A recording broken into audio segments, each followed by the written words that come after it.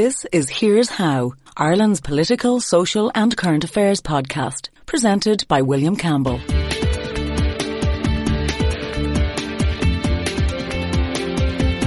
Thank you for downloading episode 122 of Here's How for the 1st of July 2021. We're talking about housing again. Is Ireland's obsession with property at the root of the housing crisis? Let's ask someone with strong opinions.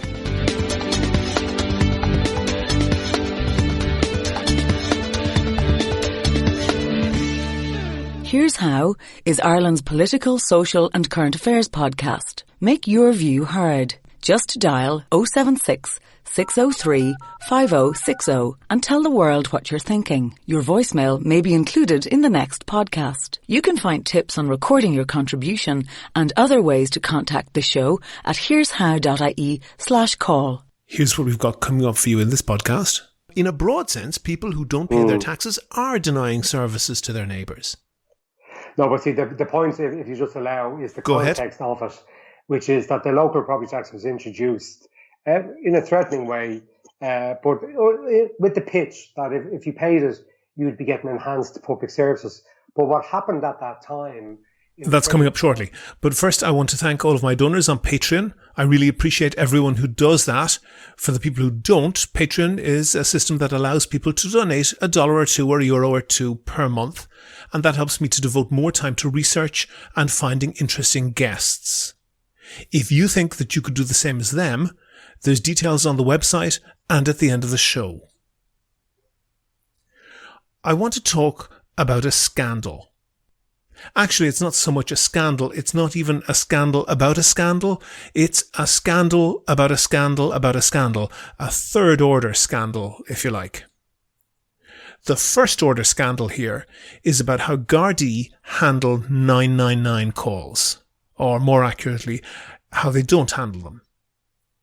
An inquiry led by Assistant Commissioner Barry O'Brien examined several thousand 999 emergency calls about domestic violence in a 2-year period and found out that about half of these calls were cancelled when they should not have been. Basically, what happened was someone rings 999, the operator asks what service, fire, ambulance, Gardaí, and because they were witnessing a crime, or had witnessed a crime, or were the victims of crime, they asked for the Gardaí, and they were put through, and the Garda who answered the phone typed into his computer system the details of what the caller reported. They typed it into their computer. That's important. I'll get back to that in a moment. Then the Garda had to make a decision. They had to decide to send a horde of officers in a fleet of vehicles backed up by the Armed Response Unit and the Garda helicopter, or they had to decide whether to send a patrol car or an officer on foot, or to inform the local station to check up on something when they got the time. Given that these were all 999 calls, the bulk of these situations probably didn't need a helicopter and the ARU, but they were certainly in the upper end of the seriousness scale. But that decision, in half of the cases, that decision was to do nothing. Just to cancel the record in the Garda computer system and have no action taken by any Garda, just tick the entry off as completed. In just 2 years, 22,000 calls labelled as Priority 1, in the delicate terms of the policing authority, were cancelled for invalid reasons. 2,000 of these were domestic violence cases. If that happened once, that would be a scandal in any normal society. But it didn't happen once. It happened more than 2,000 times in 2 years. Some woman was having the lard beaten out of her by a drunken partner, managed to get her phone and dial 999, and the Jobsworth on 80 grand a year who picked up the phone at the other end didn't think that it was worth interrupting their snack box to do anything about it. That happens 3 times a day, every day of the year. Bear in mind that what was examined was only Priority 1 domestic violence calls that were actually entered into the computer system. If you have faith that there isn't a whole other set of calls that these idle, feckless, callous incompetents never even bothered to input into the computer, then God bless your innocence. So that is a scandal. Half of the calls that actually were put into the computer were cancelled without a single attempt by any Garda to get off their fat backside and actually do the job that they were so richly paid to do. That's a scandal, but it's not the scandal I'm talking about here. Because when this was investigated by the policing authority, that's the job of the policing authority, the Gardaí did everything they could to block the investigation, to such an extent that their chairman, Bob Collins, said attempts to get information from Gardaí caused him significant concern and fairly intense frustration. Those are direct quotes of his words. Basically, when the policing authority got wind of this, they wanted the information to assess how big and how widespread the problem is.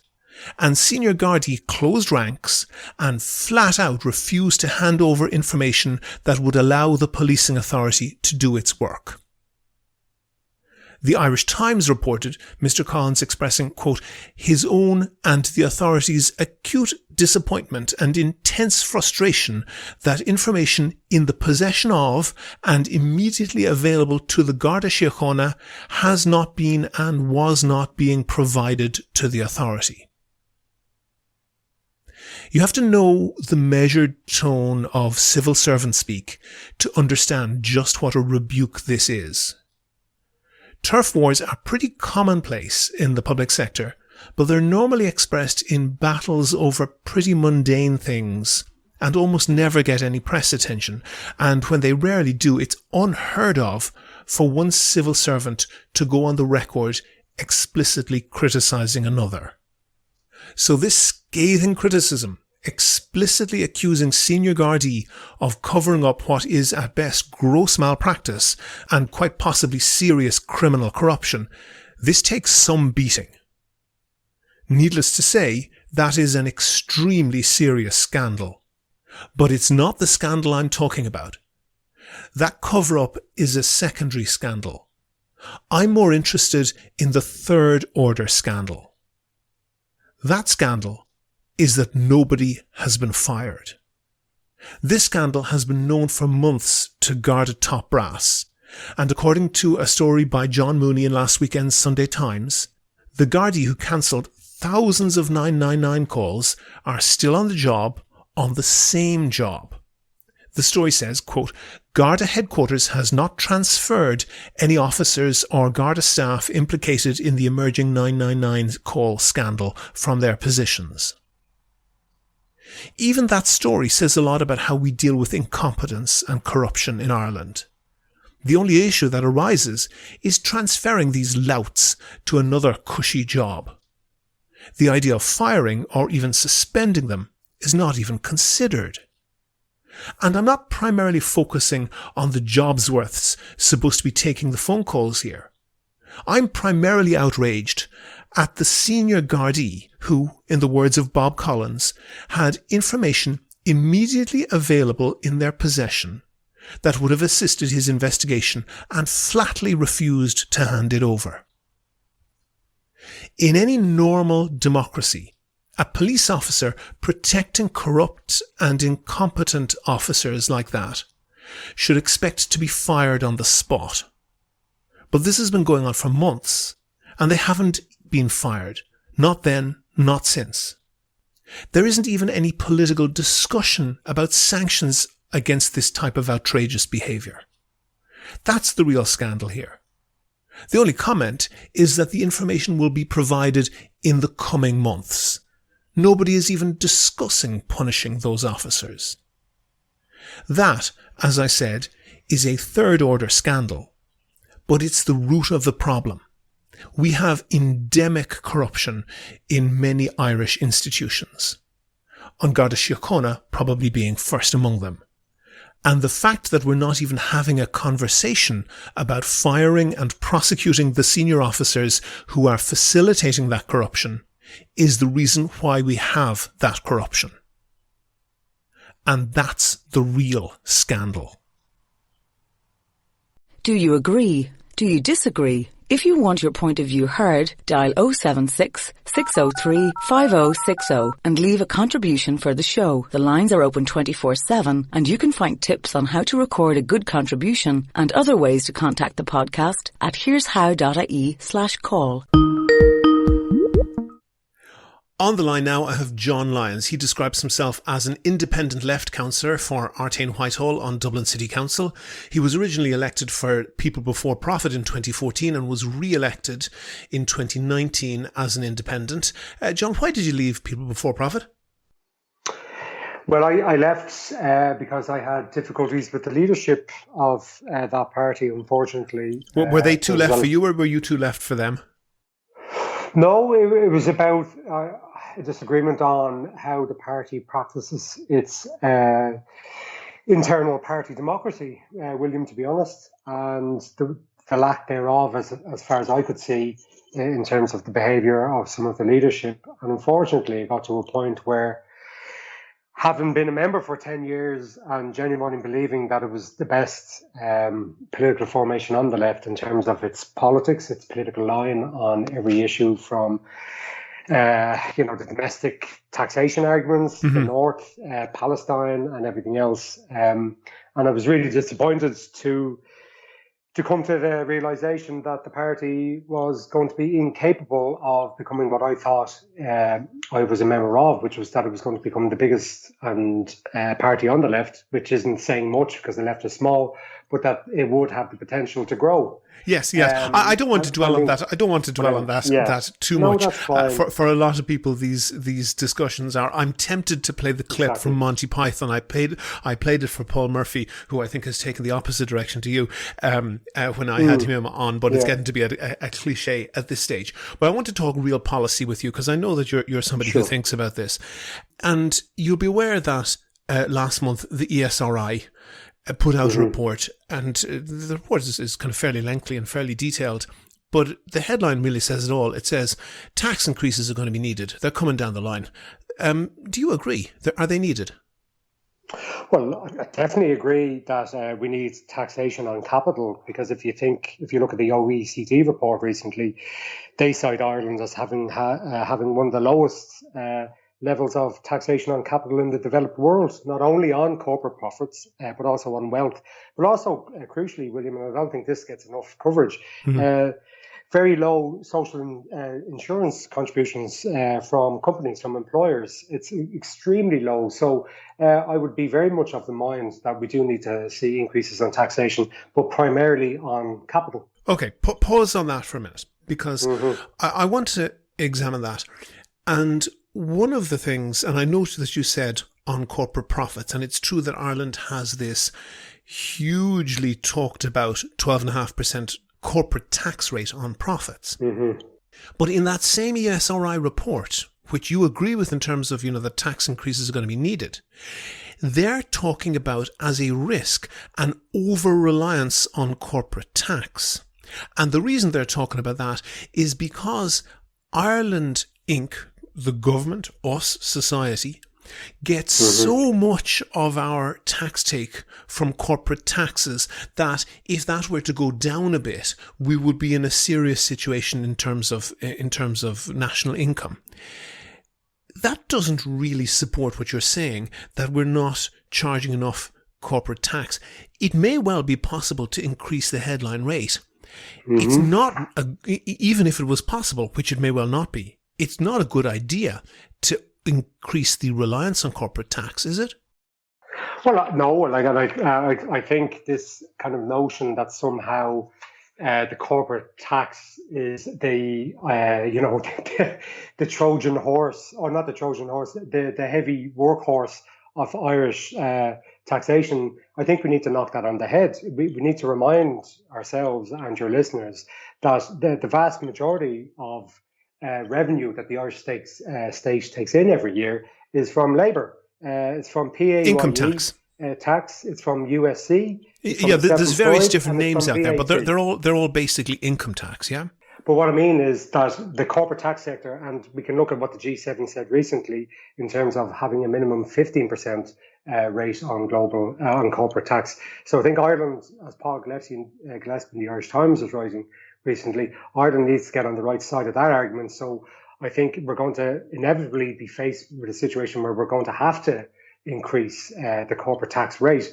But that's not to say that somehow. But John, that may be true. John, pause on that. Mm-hmm. And that may be true in terms of international goodwill. But the reality is that we are getting buckets of money from corporate tax. The other countries around the world view us enormously enviously, the amount of revenue that Ireland gains. And essentially we are gaming other countries, or we're allowing big corporations to game the tax rates by declaring in Ireland rather than perhaps in the country where the business in a bona fide sense is being done.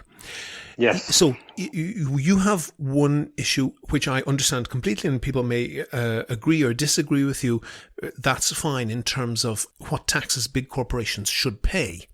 But the reality is, in terms of paying our way, there isn't a pot of gold there of untaxed corporate income that Ireland can access. That's true, isn't it? Oh, well, I would agree with you there. I think we need to be very conscious of the tax arrangements that the Irish state has actually structured. And not only that, for example, with the G7 agreement recently, there is a very significant chance, might not happen, but it certainly could happen, that Ireland's corporate tax take will fall dramatically, and that would leave a big hole in the public finances. That's true, isn't it? Yeah, there are some estimates recently that it could fall by about 2 billion.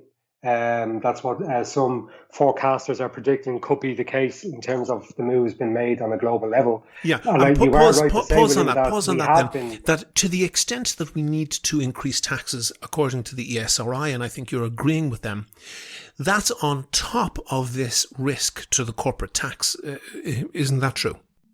Well, no, I think what we need to say, and you were right to highlight it, that the current taxation system does basically, I think it has.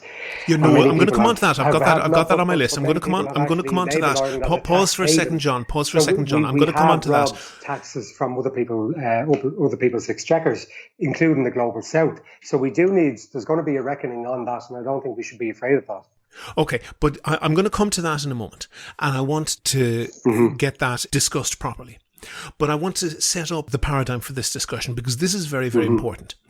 We have quite an unusual tax system in European or first world terms. One of them is that, as you say, we're able to essentially swipe tax revenues that other countries at least believe more rightly belong to them. But in addition to that, Ireland, for non-corporate taxes, Ireland relies enormously on taxes on activity as opposed to taxes on inactivity. And if you were to live in any other country, first of all, Ireland's relatively lowly tax. It's not a super low tax location, but for, standard, if you exclude tax havens, for normal first world countries, the tax rates are fairly low. But the tax rates on economic activity, by which I mean income tax and the various other income taxes in disguise, PAYE and PRSI and USC and so forth, and VAT, which is effectively a sales tax, those are taxes on economic activity. Taxes on economic inactivity in Ireland are virtually zero. They're extremely low, vastly lower than what you could expect to pay in any other developed country. And I'm not the first person to make the point. The purpose of the tobacco tax is to deter people from smoking. What is the purpose of income tax?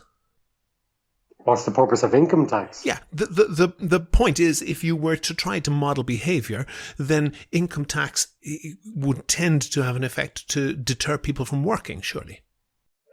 No, income tax is part of what I would regard as one of the bases of civilization, is that people work, and they very knowingly and willingly, well, the majority of people, it's the rich who seem to be unwilling to pay the fair share of tax. People contribute by way of their taxes to the running of society. But if you were living in Germany, John, if you were living in Germany or you were living in France or any other continental country, you would pay more of your taxes on, for example, property tax, and less of the taxes that you pay would be income tax, and you would almost certainly be paying less VAT as well. As a general principle, Ireland is an outlier in that balance is almost exclusively focused on income tax, and I'm saying income tax, I'm including income taxes in disguise like USC and so forth. And I would put it to you, John, that that's not a good idea. And there's a couple of reasons for that, and one of which is that you make wealth stagnate. That if somebody, is lucky enough to inherit, for example, property, they can inherit quite a lot of property, tax-free, and they consume what is offered by society. They get an education, they get a health service such as it is, they get roads and bridges and so forth. But on that wealth, they don't need to pay any taxes at all. And I think you know where I'm going with this, because you did a Facebook post a little while ago, and you said that local property tax, not only were you not happy to apply the higher rate of property tax in Dublin City Council, you want local property tax abolished entirely. That's insane. Yeah, no, I see where your line of questioning is going, William. And look, Fintan O'Toole was writing just this week about the fact that he lived in a university town in the States on the East Coast that had extremely high property taxes, but that funded extremely high quality public services, and a plethora of them, like a vast array of services, were provided locally through the municipality. So I know where you're going in terms of the European discussion around property taxes and paying for your services locally. And this is why I think with the local property tax discussion in Ireland, and if you remember at the time of its introduction by way of the household charge that then became the LPT, there was the talk of the ministers at that time that if you didn't pay your local property tax, you'd be denying your neighbours their good quality local services. The parks wouldn't be open, the libraries would be closed earlier in the day, the roads wouldn't be swept, the public lights wouldn't be fixed. Now, what we had, and this is why, and I'm glad I've had the opportunity to discuss this with you, the reason why I'm so fundamentally against the local property tax is because, unlike in other European situations, we don't have a form of local government which is structured to facilitate, I think, a property tax which would be, funding the kinds of services that people would expect in Germany or in Scandinavian countries. John, I'm going to introduce. John, pause for a second. I'm going to introduce a word which you might know, but not all listeners might be aware of. The word is hypothecated, and what that means essentially is that specific taxes being dedicated to specific causes. And in the US, you get this quite often. Somebody votes and they say that there should be, a 10-cent tax on burgers in McDonald's, and this goes to fixing the roof of the local school or something. We don't have that in Ireland. It would probably be unconstitutional. Tax A does not necessarily pay for expenditure A. All taxes go into a pot, and all expenditure comes out of that pot. So you can't say that this tax in particular is paying for that in particular.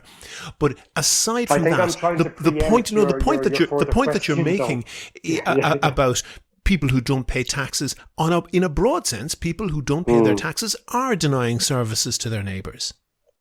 No, but see, the point, if you just allow, is the context of it, which is that the local property tax was introduced in a threatening way, but with the pitch that if you paid it, you'd be getting enhanced public services.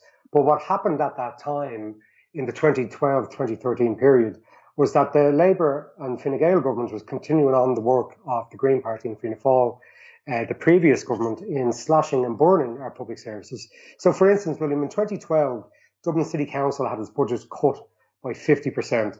So when the local property tax money started to trickle in 2015, all that money was doing was replacing a savage cut that came from the central exchequer. Yeah. So I actually think it does the proponents of a local property tax a great disservice when you see how the local property tax was structured in terms of the market valuation being the basis of the amount that you pay. And secondly, how it's been implemented, because those who would believe that a property tax should be introduced to fund public services, this isn't what they got with the local property tax in Ireland. In any way, shape or form, you could not stand over it and say that it has led to an enhanced amount of funding for the City Council and an improved level of service provision for Dublin City Council, to the point where the head of Dublin City Council's financial department on an annual basis, Cathy Quinn, makes the point in our budget submission to us at budget time each year that the impact of the LPT on service provision within Dublin City Council in the year, pick whatever year you want to pick, is virtually negligible. Sure, and that's fine. So, and I agree, and I think that anybody claiming that it was hypothecated is incorrect.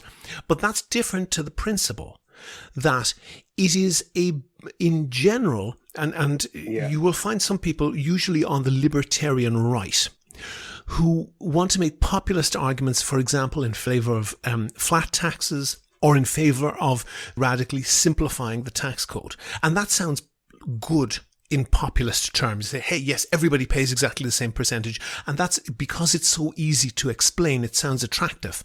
And this definitely goes into the category of answers that are easy to understand and clear and plausible and completely wrong.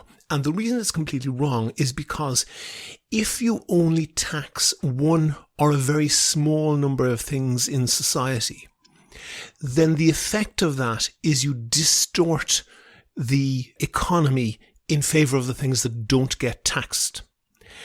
And in Ireland, the thing that doesn't get taxed is property. And I think if you were to describe an economy where the entire economy is distorted in favour of property speculation, you wouldn't be long in recognising that sounds just like Ireland today. That's true, isn't it? Well, I think we need to be careful, because if you look at some of don't get off that.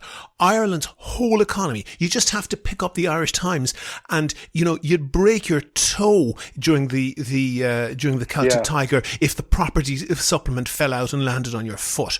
We have TV programs entirely dedicated to this, and not to mention dinner parties and people boring your pants off talking about property. Our entire economy is terribly distorted around property speculation and property prices. It just makes sense that if you tax brown bread and you don't tax white bread, then more people will eat white bread. It just makes sense. And the problem for Ireland is that because we've wound ourselves into this situation where property speculation is so deeply ingrained in society, particularly amongst powerful people, they're able to create a narrative of saying, oh, don't tax my house. Well, we tax your income. If we shifted a part of that tax burden onto property taxes, that would enormously improve the structure of the Irish economy. That is true, isn't it? I think it would help in terms of having a more fairer level of horizontal and vertical equity when it comes to the taxation system. Yeah, it would. I think we do need to look at, and this is where I think the local property tax and the wealth tax discussion kind of interact with one another, because the main arguments that a lot of people have when they are criticising the left for being against the local property tax, and when we and criticising our position on the introduction of the wealth tax, usually what you get in response is that, yes, in principle, a wealth tax would be great, and then they rhyme off about 6 reasons why you just can't implement one, because the wealthy can move their assets around. Some of the assets can't be moved. Some of them can't, of course. That's called property. But exactly, and I think the this assets, is where the you assets then go that represent property, the assets that can essentially be emailed to the Cayman Islands or whatever, they represent property. So if you tax the property, you would effectively be taxing them. But see, this is the work that needs to be done, William. And I think if you look at the Nevin Institute task, the likes of Tom MacDonald, Dr. MacDonald, and others who are actually trying to do some work on establishing some kind of a database, because the state isn't doing it. Mm-hmm. You get the central bank doing some of it. We rely on Credit Suisse to provide some more information. But an actual comprehensive database, and this is where the political will, if even half the political will that was invested on bailing out the banks and introducing the regressive local property tax was... Local property tax is not regressive. Almost certainly, if it doesn't take... I'm going to sorry that, but John, I'm going to play you. John, hold for 1 second. Hold for 1 second. I'm going to play you a clip. This is from Michael Pigeon in the Dublin City Council, who voted against you. You guys were on the opposite side. The context of this is that Dublin City Council, all the local authorities, have an amount of discretion, and they can apply they can reduce the property tax being applied by up to 15%. You and a majority voted to set it at its lowest level possible, and this is Michael Pigeon's interpretation of that.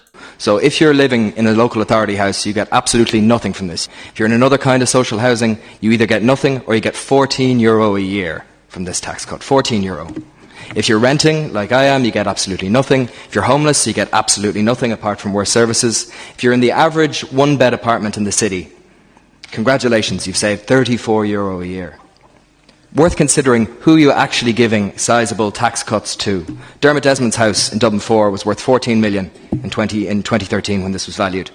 To cut his rate, you're giving him €5,100 this year. Other people in that part of town, if they've got a house that's worth €2 million, you're giving them €1,000 this year in a tax cut. The point here is that you're giving pittances to people who own the average house in this city, while giving away thousands to millionaires and the rich. Is he right in his calculations? Well, I find it quite amusing that a Green Party public representative would be using that line of argument when, I mean... Is it incorrect? His party were actually directly responsible for bailing out using €64 billion of public money and ensuing a decade of austerity on middle and low income people. Yeah, no, but specifically on those calculations, is he correct? No, William. That somehow they're now the defenders of the ordinary people and the kind of the vanguard against the rich. It's an absolute nonsense, that line of argument, an absolute nonsense. Not referring to anyone that I know, that I represent on middle and lower incomes, who happen to have a family home, so they've an asset, but their actual income doesn't make them in any way rich, very far from it, who actually do find the imposition of the local property tax a struggle, a real one, not just some abstract argument in the council chamber. Oh, hold on, is it struggle? Is it more of a struggle to pay that tax than to pay VAT or to pay income tax? Well, look, that's not the preserve of the local government to do that. We have one of the highest rates of VAT in Europe. Yes, we most certainly do. We get squeezed every which way. Middle and low income. No, this is not true. No, hold on, but John, we need facts on this. We need facts on this. VAT, we do. John, no, the total taxation take in Ireland is relatively low. The local property tax should not be used in some way as to say it's a wealth tax. Let's talk about a wealth tax that excludes the family home and that actually goes after real wealth. Most people who spend 30 what about to 40 farmland? Years paying a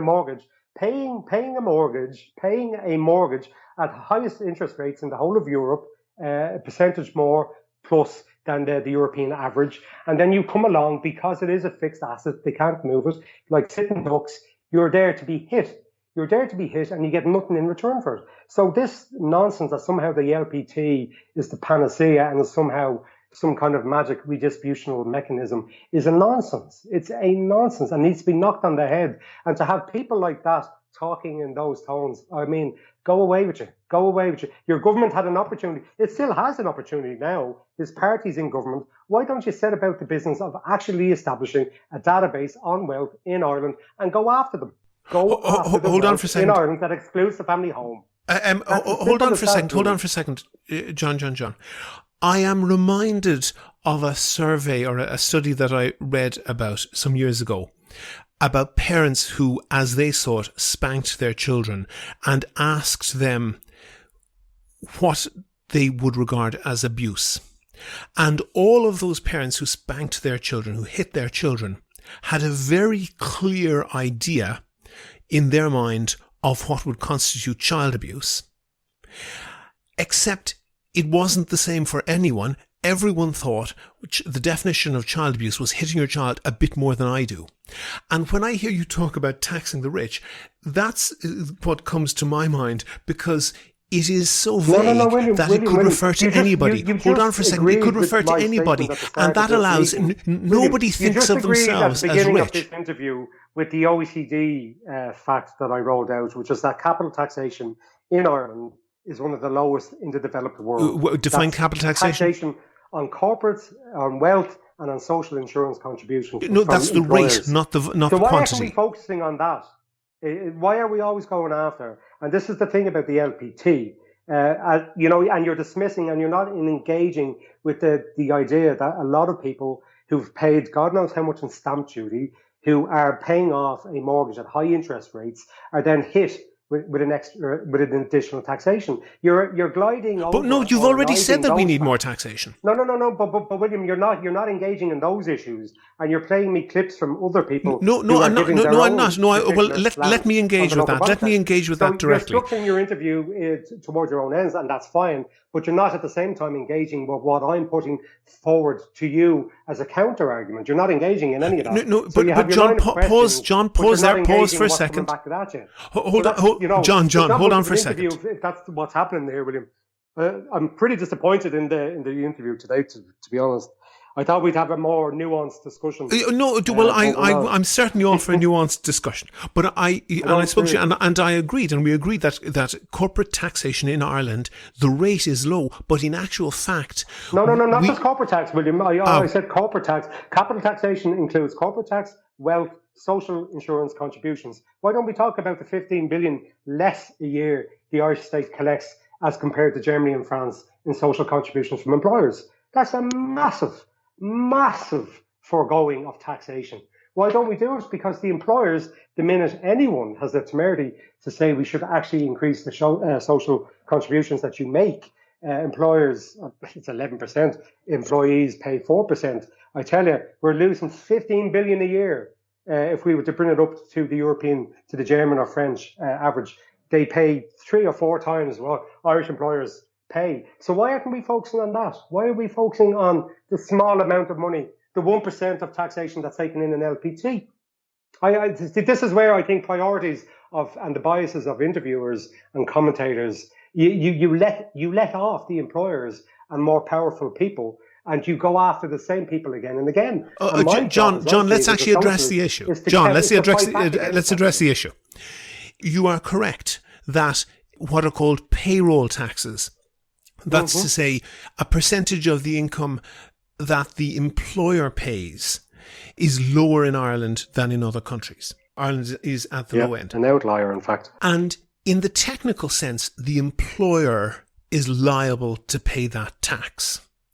But in reality, that is an income tax, because employers employ people. The wages are set, with a few small exceptions. Wages are set by the market, and employers pay what they need to pay in order to get the employee to come to work. And it is essentially an employment tax. And as far as the employee or the employer is concerned, it's something that the employer has to pay and go straight into the exchequer.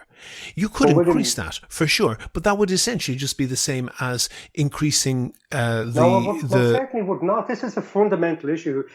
Because the social contributions, insurance contributions, are so low, we have a much narrower range of services that are covered here than elsewhere. So that's why we have a housing crisis. That's why 45% of the adult population have private health insurance. So this is an extremely serious issue that you can't just glide over like that in terms of, because I know you want to move away from income tax and talk about moving away from taxation on the flow of the economy towards the stock of the economy. I get that.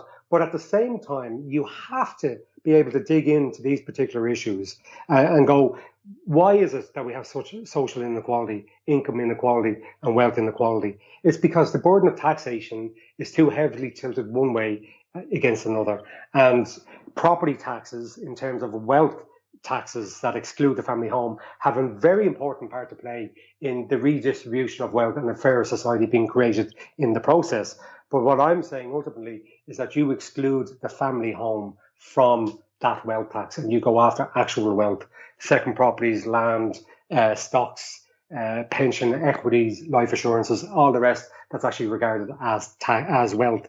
Let's roll back, because can we go through those? Can we go through those? You gave a list there, John. You gave a list there. Let's go through those since you want to talk about them. Let's go through those one by one. Number one, pensions. You want to include that in your wealth tax. But see, this is the thing, William. We need to have, as I say, Tom McDonald is one of the few from Neary that's actually trying to do a bit of work on it, trying to actually compile a database of actual wealth, the assets of the wealthy, and to see how would you go about taxing that, what would be the threshold, what would be the percentage, what would be the exemptions that you would have, how many households would be potentially affected. McDonald himself would say, pitching it, that perhaps 1 to 2 households could be affected, and you'd raise perhaps 400 million a year, maybe more, maybe a bit less. 1 to 2 households. 1 to 2% of the households, of Irish households, at the very top. So they're the kind of discussions we need to have, we need to go into. And I think it's just too easy a hit. And if you look at it back at the time where the household charge was introduced and the water charges were introduced, it was talking about broadening the taxation base, so that we don't become reliant on more volatile pro-cyclical taxes. But at the same time that they were doing that, they really went after people in the middle to lower income bracket, middle through the local property tax, and lower through severe reductions in public services and cuts to various welfare benefits at the time. And so what I'm trying to say is that out of that decade, we've had no real fundamental change to the taxation structures, really, in terms of trying to get those who caused that crisis, and because we have another crisis facing us that we're in the midst of, which is the climate crisis, and how we're going to somehow fund a just transition that doesn't once again penalise working class people. And I'm talking about carbon taxes here. We need to find new ways to fund the services that we all depend upon that in a fairer way. And I think wealth taxes, excluding the family home, is one of the tools at our disposal. But unfortunately, but hold on for a second, John. You're excluding the family home, and I spoke to Owen O'Brien on this podcast previously, who and Sinn Féin want to exclude both what they call the family home and farmland. I note that you don't include farmland.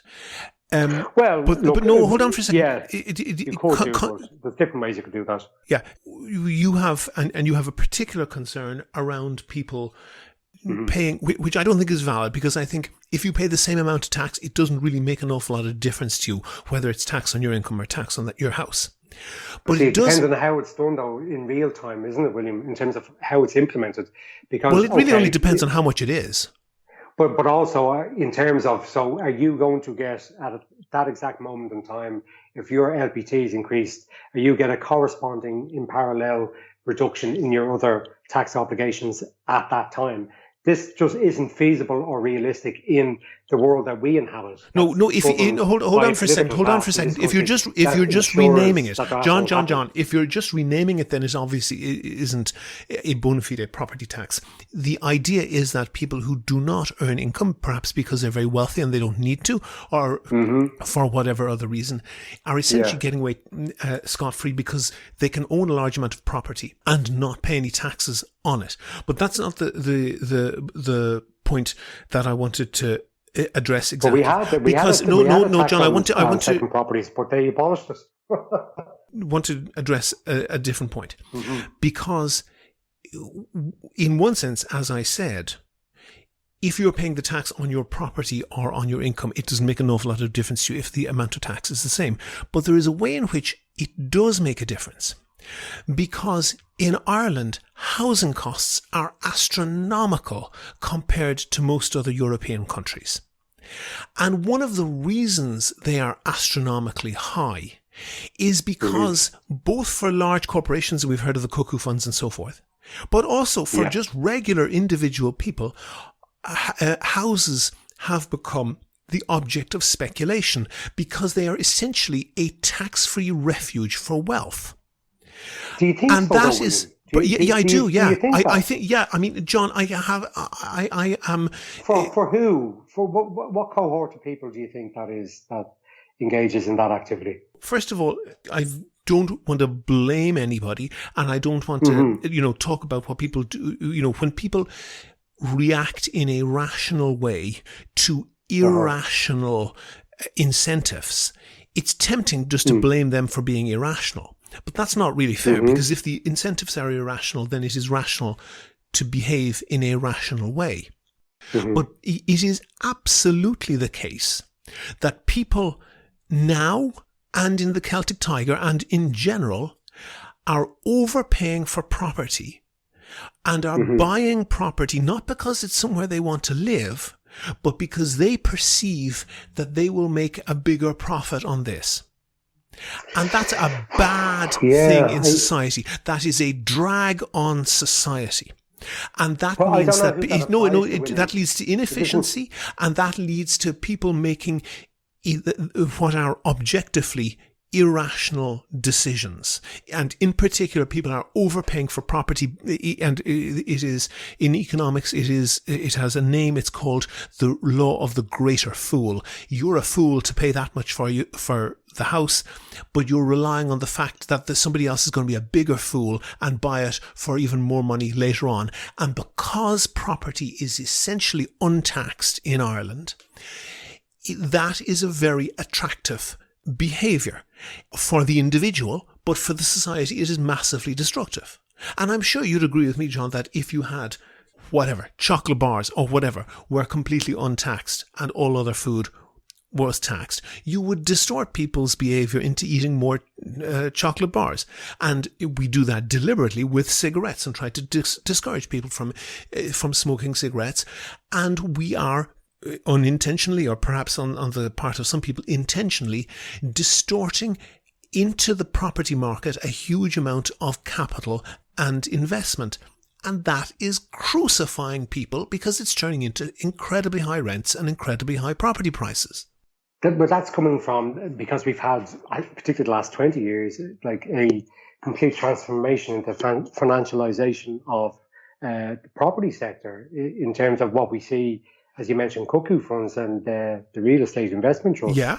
I think, again, how that can be dampened by your favoured mechanism. I think the biggest threat to those interests who are speculating on a regular basis and are responsible for the extortionate rents people are paying across the city of Dublin, right across it.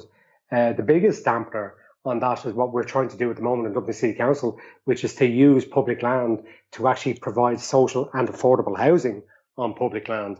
And as Lorcan Sear, the housing TU lecturer, said to me a few months ago, that actually he got a briefing from one of the wealth management kind of whiz kids who warned his clients at the beginning of the year that the biggest threat to their investments in Ireland in the year 2021 would be the increase in affordable housing being rolled out, as some were advocating.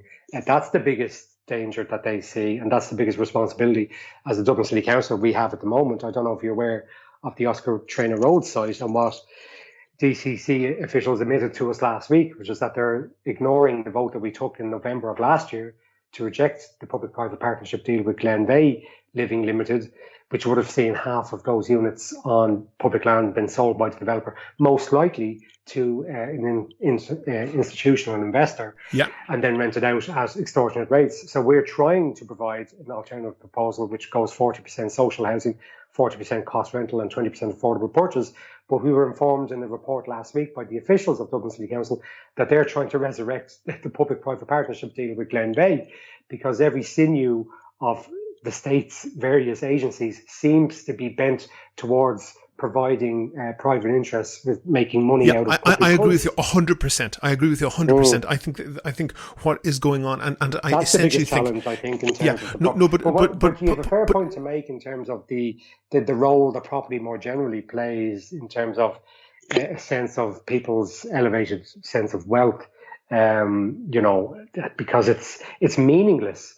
Well, essentially, if you own one house and that you bought perhaps 30 or 40 years ago for 20,000 and it's now worth $750,000 or whatever, it's still worth exactly one house. Exactly. But the effect of that on the economy is absolutely poisonous. And one thing you mentioned, because you mentioned the investment funds coming in, their investments are essentially a bet that Irish politics will fail to deal with the housing crisis. That's an absolute indictment, isn't it? Yeah, no, it is. And unfortunately, and I genuinely mean this, because I think we can be a bit throw around emotional terms at times. But last week when I read that the officials were literally trying to resuscitate a deal that we had rejected, the Section 183 disposal of public land, we rejected it. That was the mandate, and it wasn't a slim vote, William. It was 48 councillors to 14. Yeah. So a pretty strong mandate there to not to go back to that deal.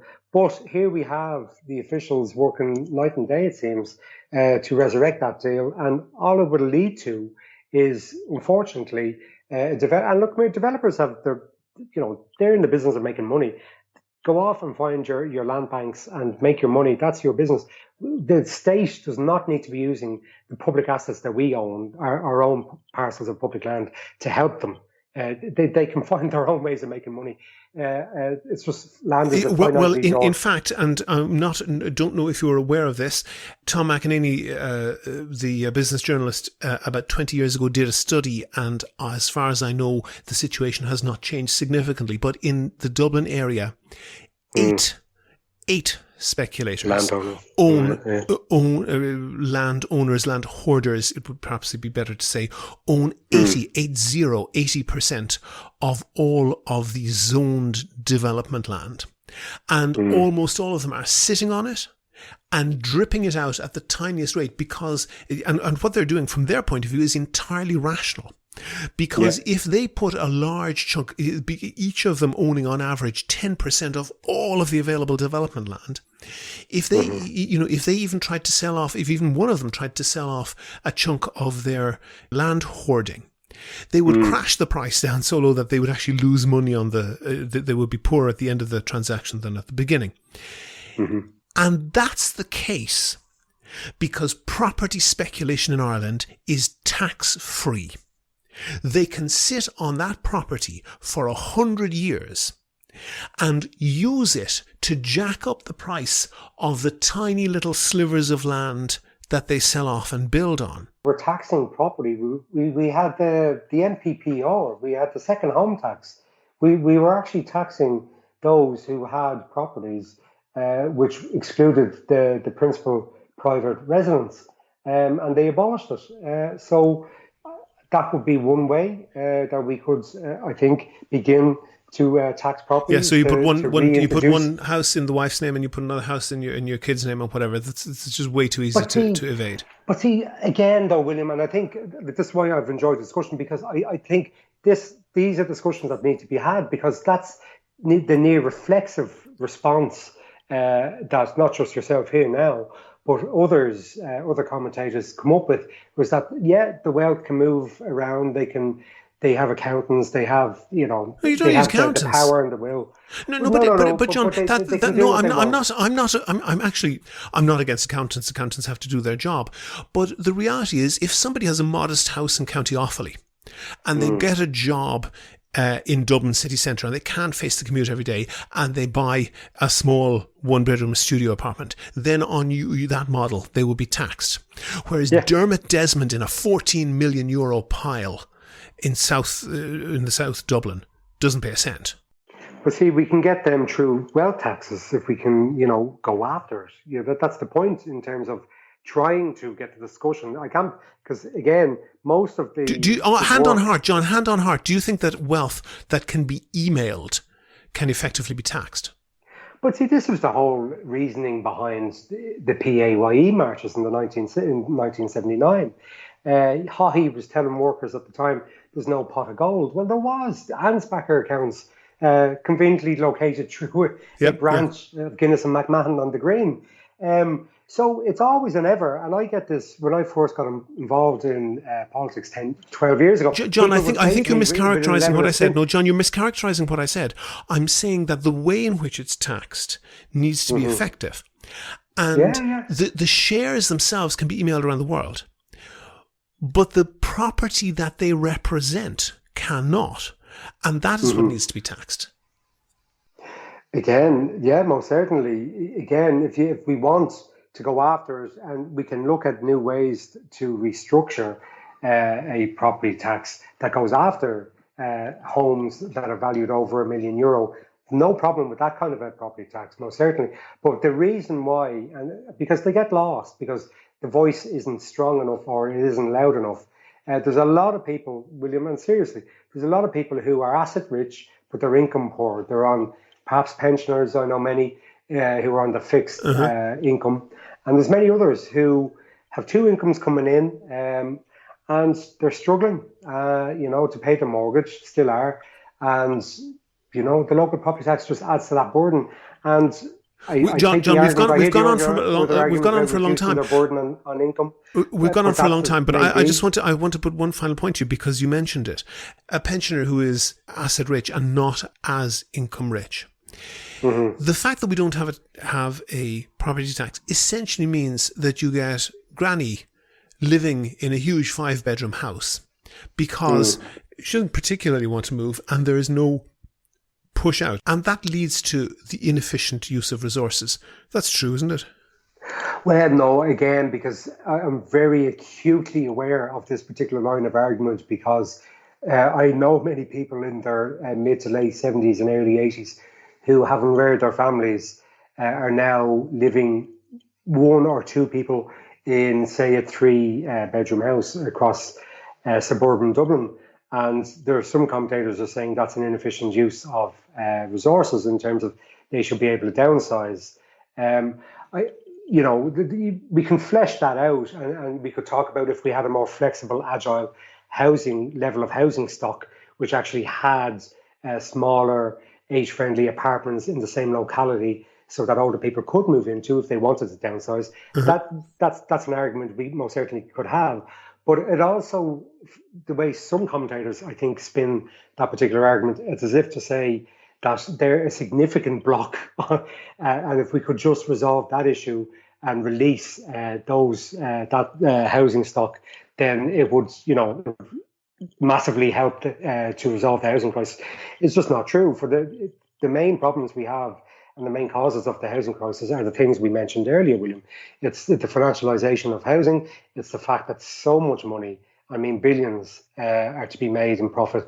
They look at these investment funds, look at their Irish portfolios and that they're on the pig's back. They literally can't believe the yields that they're making.